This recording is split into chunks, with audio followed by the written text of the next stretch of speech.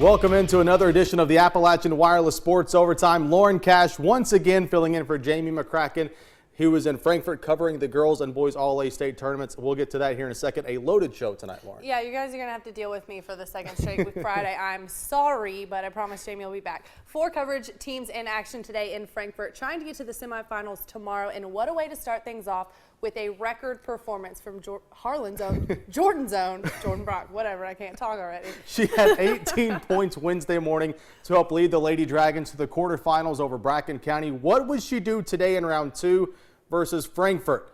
Brock and the Lady Dragons trying to make the All-A state semis. They'd have to get through the state's second leading scorer behind Whitney Creech. Creech watch. That's Brianna Burbridge and Frankfort.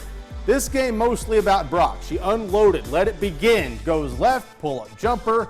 Later, Emma Bianchi sets the screen. Brock doesn't take it, pulls up, nails another jumper. Mackenzie King, there's the screen if you need it, but she doesn't, steps up, another jumper. How about King one more time, setting the screen again though? Brock's like, nope, I'll just shoot it. She hits it again. And then Brock getting all the way in the traffic, lays it up and in through the Frankfort defense. 26 all at half. Brock had 25 points. Derek Cow's team comes out in the third quarter with different weapons. Brooklyn Massengill from the baseline drops it in. She had 13. How about King from the wing? Absolutely nobody guards her, so you know what? Give me all 3 of them. The Brock show, though, would continue from downtown. Brock finished with 39 points. That's good for a dab on the bench, the Harlan bench. As we go to the Highlands Black and Blue Clinic scoreboard, Harlan is on to the semifinals. The Lady Dragons win it by 17, 67-50. We came out the first game and we had a lot of confidence, because we really thought, we're going to win this. And then the second game, I feel like we got nervous, but we still had that confidence to keep going. Like we just stayed in the dogfight. I'm happy. I'm happy for them. They fought. I mean, these girls been going through a lot all year. They was 6 a.m. practices sometime, and they've earned the right to play in the semis tomorrow. Harlan would play either Shelby Valley or Owensboro Catholic tomorrow afternoon. First quarter loose ball. Cassidy Wright on it, passes it off to Kayla Newsom, gets it to the team's leading scorer right there, Lakin Mullins. Later, Mullins working it. She scores that one. Valley, though, down 5. And then it again, Wright getting it to Mullins, the lone senior on the team, leading the way for Valley early on in the game. Second quarter now, Michaela Berry. She's headed to Bellarmine. That's pretty good. That's a D2. Hometown, yeah. Throws a nice pass to Annabelle Moore, goes back. She finished with a game-high 22, Catholic up 5. Shelby Valley able to break the Lady Aces press, especially when they get in the middle where, well, Mullins has it. You see she's got point guard skills, dribbling down the lane, pulling up for the jumper. Valley down 3 at the break. To the second half now, Mullins. And 1, I'll take those. 15 and 12 for the senior. That's a double-double. No one else, though, in double figures. The next highest score on Valley's box score, Kylie Tackett. You see her finish at the rim there. She had 8. Let's go to the scoreboard. Shelby Valley falls 54-37. Lady Cats turned the ball over 20 times and only shot 36% from the field. This is probably as competitive group as I've ever had. They got a lot of confidence in themselves and in each other, and it showed that on the court. You start lining up side by side, and you said, Shelby Valley ain't got a shot. And we was right there starting the fourth quarter, so this is a very special group. It's pretty hard because I know, in my head that I'm not going to have another chance at it, and I feel like at the end we kind of gave it up. We could have played better defense, we could have done better, so it's a hard situation, but I am proud of my team that we came this far. Magoffin County visiting Paintsville in 57th District girls action. Lady Hornets leading early. Alexis Montgomery gives it to Leslie Howard, who will take it in for 2. She finished with a team-high 19 points.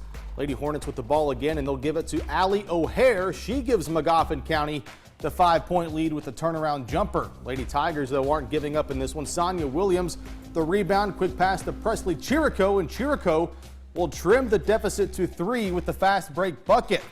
Second quarter, Lady Tigers would take the lead. Abby James finds Anna Keaton, and Keaton splashes home the 3 of her team-high 19 points, as you see from the left wing. Paintsville, a tight one, wins it at home over Magoffin County, 63-62.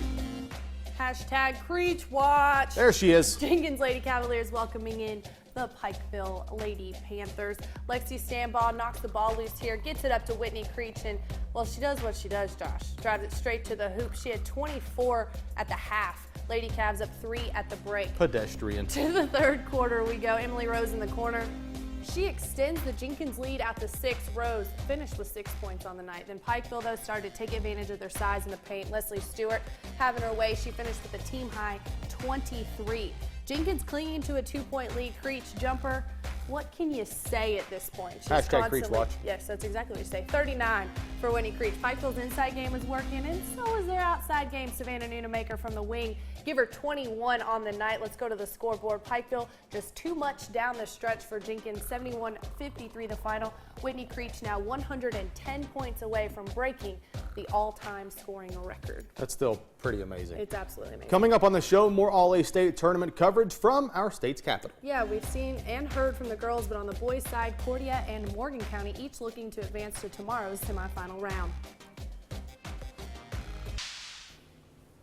Time now for our Fans in the Stands T-shirt toss-out, sponsored by Eastern Kentucky University. Over in Whitesburg, the Letcher County Central dance team showing off their sports overtime T-shirts. The Cougars at home tonight versus district opponent Jenkins.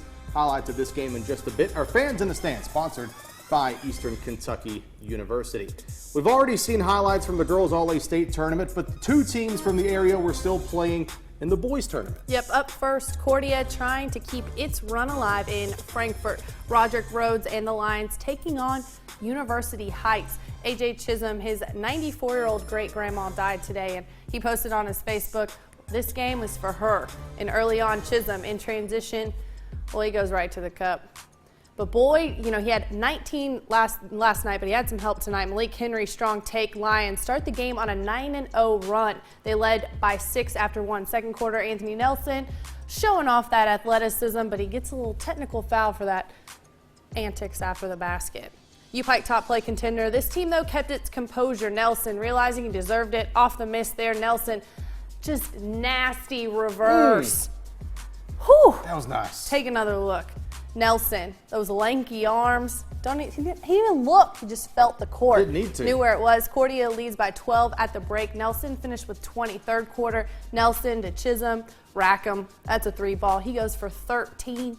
That's AJ. Now, Ramon Mercado driving in, laying it in. Cordia playing loose. Look who it is again. Henry. Get it back up and in there. 6 It's the points, goggles. 6 boards. Let's go to the scoreboard. Highlands Black and Blue Clinic scoreboard. Cordia wins it and advances to the semis 57-44 over UHA. Today when I got the news this morning, I was like hurt. Like my grandmother died. She was 94 years old, and I can't even get to like see her, go even see her in the hospital or anything. So it really hurt me. I think that messed my game up a little bit, but I had to get the win for my team. I had to get back focused and help my guys get this win. I thought it was a great overall win. And, you know, Lulu didn't have a great game. He was a great finisher, but he didn't have a great game. But he had a lot of things on his mind. And this game was for Lulu's grandmother. And he's a great kid, and all the kids wanted to win it for Lulu and his family. 2 of the state's more prolific players, Jordan Perry of Morgan County, Carson Williams of Owen County, matching up in the quarterfinals. Most of the night, the 2 guarded one another. First half, Perry going to work, uses the screen to get into the paint. Morgan, though, down 5. That kid's nasty. He is nasty. Now Williams playing point guard duty, drives and scores. That's 1, 2, and 3. The hard way for the future Northern Kentucky Norse. Before the end of the half, Perry shaking and baking, crossover the floater, 25-24. Cougars up at the break. Second half, Ryan Adams from the top of the key. Only points of the game for Ryan. A minute and a half to play. Perry, great spin move to create space. That's 2 more. Then Perry in transition pulls up from the outside. Bang! Morgan down 6. Again, Perry in transition. Owen County have some. 30 seconds to go after a missed 1-1. Perry on the break, the quick score. Cougars down just 4, but that is as close as they would get down the stretch. Perry goes for 37, but Morgan County loses to Owen County 64-58. I was extremely proud of the effort that they put forth here in this tournament. They had a good showing that they need not put their heads down simply because, you know, I felt like we competed on every possession. This game boiled down to 3 possessions, 3 run-out layups because we didn't rotate back in transition, but that doesn't take away from the excitement and the joy of winning our region, winning the first game down here, and competing, and we competed right to the very end. This game, even though we lost, lets us know that we can play with top teams in the state, and we just got to go back to practice and keep competing and go from there. Head coach Robert Hammonds and Letcher Central taking on district opponent Jenkins. Off the Cavalier miss here, Dalton Morton pushing it up the floor. He's going to take it himself, banks the floater in. LCC up big on the Jenkins Cavaliers. Jenkins now on offense. Hayden Fleming finds the bottom of the net from the wing. 3 of his 10 points on the night. Seconds winding down in the first half. Trevor Harden at the buzzer. Count it. Got it. Dramatic ref count it right there. 2 of his 7 on the evening. Let's go to the scoreboard. Letcher Central cruises to a 75-26 win over Jenkins. They improved to 5-0 in district play. The second leading scorer in the state, Terrell Carter, did not play in this game.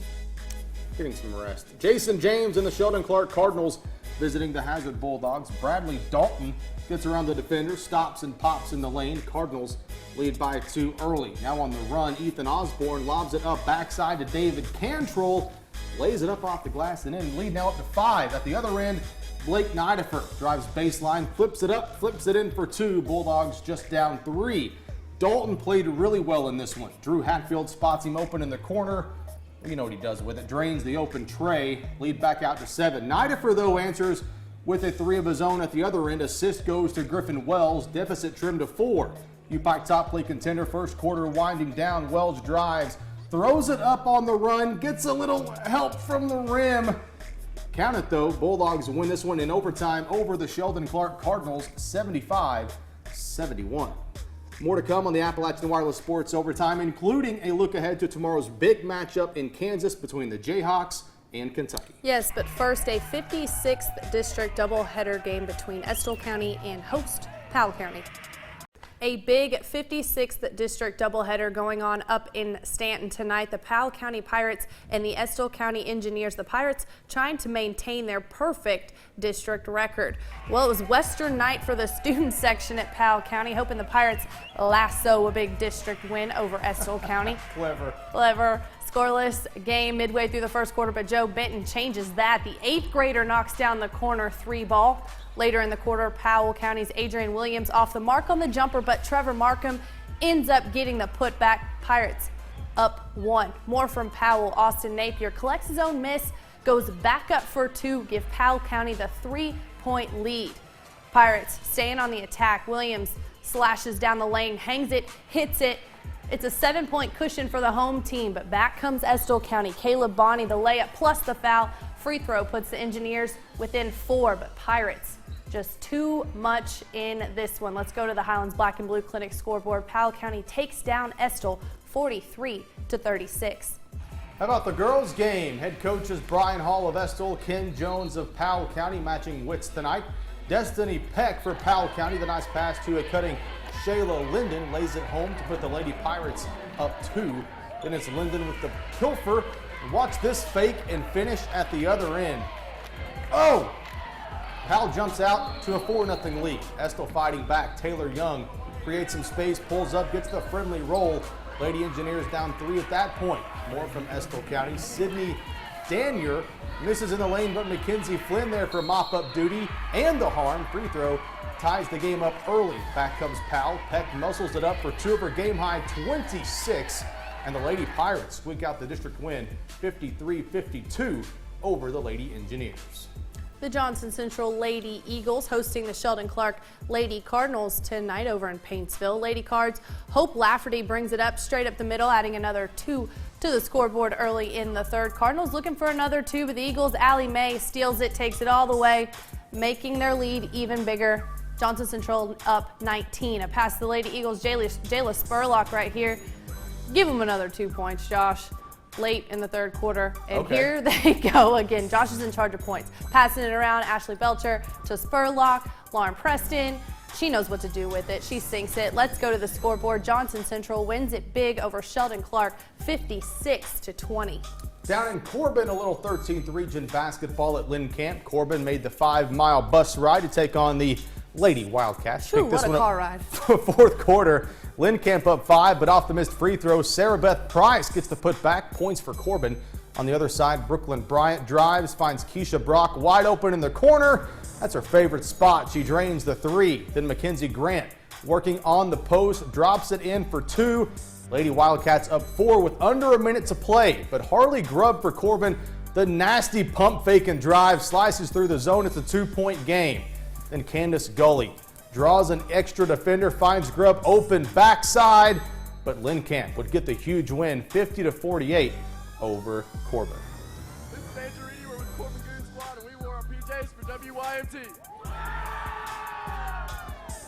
Those kids are really excited. Staying in the 13th Bell County Corbin boys, Andrew Taylor gets it on the fast break, takes it all the way home, puts Corbin up 2 early in the game. He's really good. He is really good. Other side, Peyton Collett drains it, tossing up 3s, tossing up touchdowns. Dude does it all for Bell County. But here's Taylor again from Corbin, knocks down the tray from the wing. He averages 24 points a game. He had 49 last night.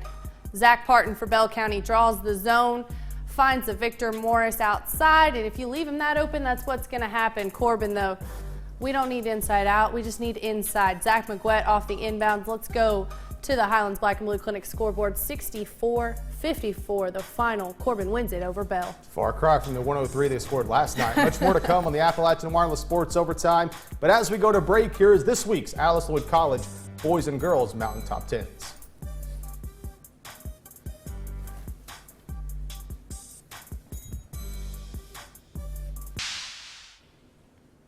Now time for our Long John Silver's nothing but net shot of the night. Back to Memorial Gym at Hazard. Griffin Wells on the run. The floater rattles around, eventually drops to beat the first quarter buzzer. The Bulldogs would beat Sheldon Clark in overtime.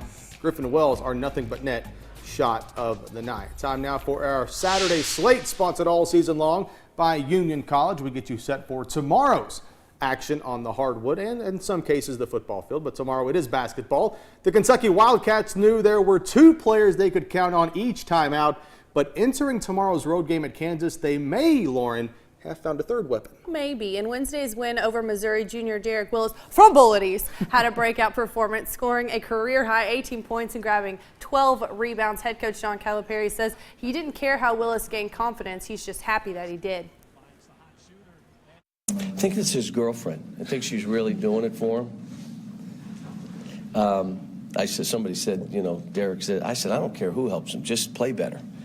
And he's the greatest kid that I think he got to where I'm tired of sitting. And I've said this before, you've all heard me.